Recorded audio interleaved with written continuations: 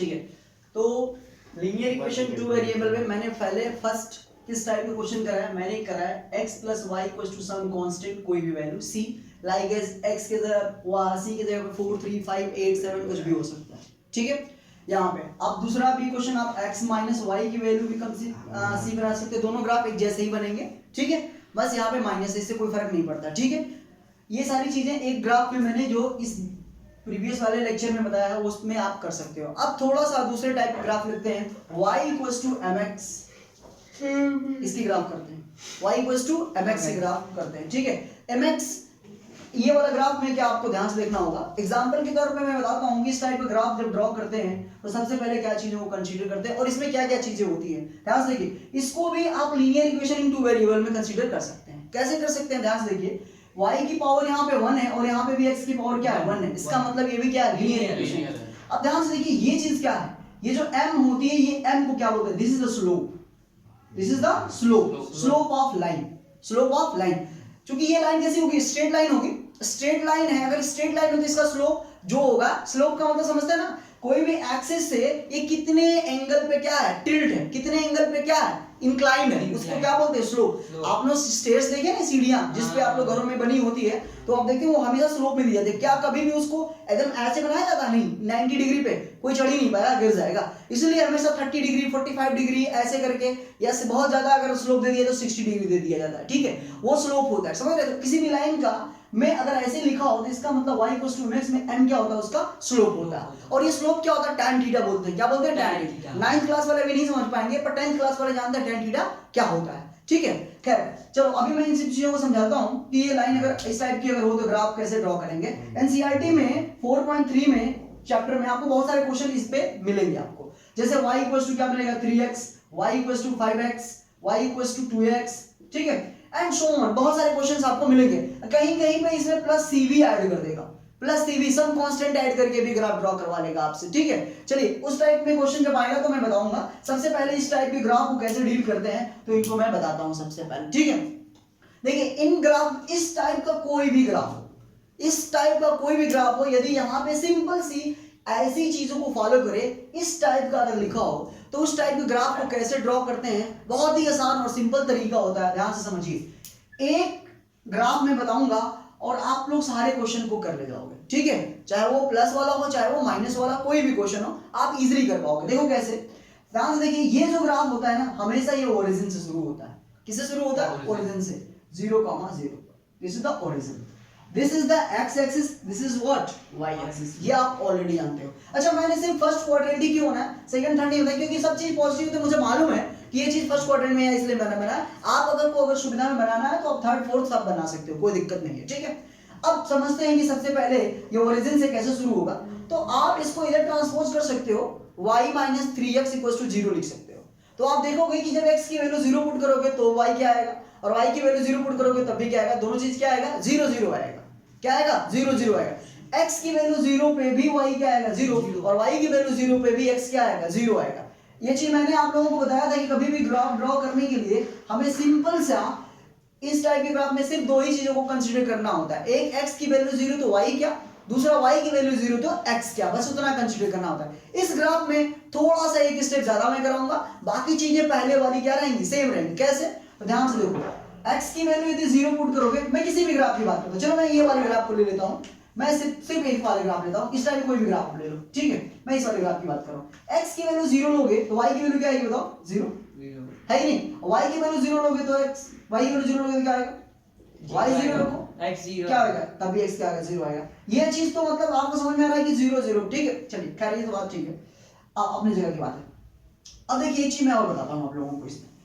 अब आपको मैंने बताया कि ये ग्राफ कहां से शुरू होगा, ओरिजिन से शुरू होगा, ओरिजिन से शुरू होगा। ठीक है, दूसरी चीज मैंने बताया कि लीनियर ग्राफ होगा। नेचर इनका कैसा है, लीनियर, मतलब ग्राफ कैसा होगा, लीनियर होगा। ठीक है, अब मैं तुम लोगों को एक बात बताता हूं कि आपको क्या करना है कि दूसरे कुछ अलग अलग से पॉइंट्स आपको कैलकुलेट करने पड़ेंगे इसमें। ध्यान से देखो, 0 0 पे तो हमने कैलकुलेशन कर लिया।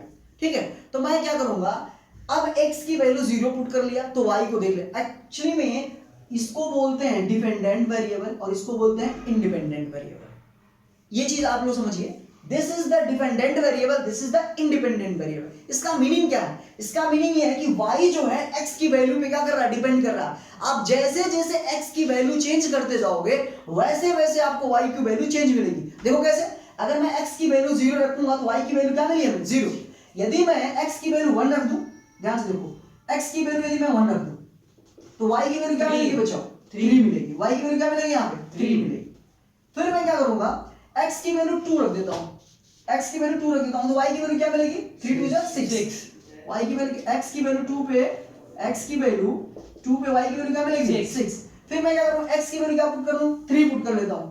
x की वैल्यू 3 पुट करूं, y की वैल्यू क्या मिलेगी? 9। फिर x की वैल्यू क्या करूं? 4 पुट कर लूं। 4 पुट क्या मिलेगा? 12।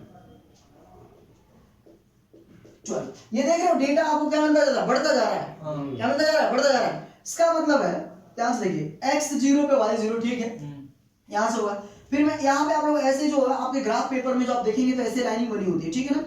आपको ग्राफ पेपर में ये सारी चीजें होती है। और याद रखिएगा हमेशा इक्वेशन में ये जो लीनियर स्केल्स होते हैं ये आपको कांस्टेंट मानना होता है। ये नहीं कि यहाँ पे आपने कुछ ले लिया, यहाँ पे कुछ और ले लिया, एक कांस्टेंट वैल्यू मान के चलते हैं। जैसे होता है ना कि एक्स एक्सिस पे, वाई एक्सिस पे जब भी ग्राफ आपको ड्रॉ करना हो तो आपको जो भी चीज गिवन होगा तो उस पर आप पहले लिखते हैं यहाँ पे कि एक्स एक्सिस पे आपने क्या लिया है और वाई एक्सिस पे क्या लिया है। आपको लिखना होता है कि यदि एक्स एक्सिस यहाँ पे लिखेंगे तो यहाँ पे ऐसे लिखेंगे कि 1 centimetre equals to how much, 5 metre या कुछ भी जो भी हो, जो भी डालना हो आप डाल सकते हो, ठीक है। या 10 सेंटीमीटर इक्वल्स टू समथिंग, जो डेटा होता है वो आपको वहां पे लिखना होता है ग्राफ में ड्रॉ करने के लिए, ठीक है। तो मैं कह रहा हूं कि this is 1, this is 2, this is 3, this is 4, this is 5। यहाँ पे 1 2 3 4 5, ठीक, 6। अब यहां से चेक करिए, x0 y0 दोनों क्या था? 0 था। अब देखो x की वैल्यू 1 पे y की वैल्यू कितनी है बताओ? x की वैल्यू 1 पे y की वैल्यू कितनी है? 3 है। x की वैल्यू 1 पे y की वैल्यू कितनी? कितनी? 3 है। ये मैंने ले लिया। फिर x की वैल्यू 2 पे y की वैल्यू कितनी है बताओ? 6।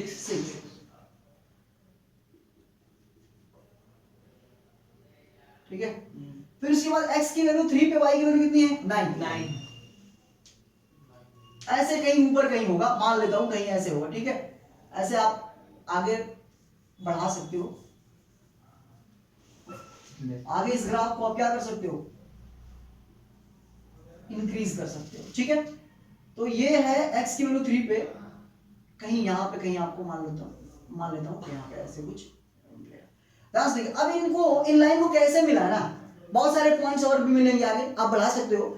बस सिंपल सा है, इस पॉइंट को मैं यहां से सीधा करूंगा और एक सीधी लाइन बनाऊंगा। कोई पूछेगा कि सर वो ये सीधी लाइन क्यों? सीधी लाइन इसलिए क्योंकि मैंने शुरू में ही ग्राफ के नेचर में बता दिया था, यदि लीनियर है तो आप हमेशा स्ट्रेट लाइन को फॉलो करो, एक सीधी लाइन मिलाओ, है कि नहीं? ये चीज आपको मिलाना होगा, पॉइंट्स को ऐसे, और सीधी भी मिलेगी। तो ये क्या बन गया? y इक्वल्स टू 3x का ये क्या हो गया? ग्राफ हो गया। अब एक बात बताता हूं, इसमें नया बात बेटा समझ लो।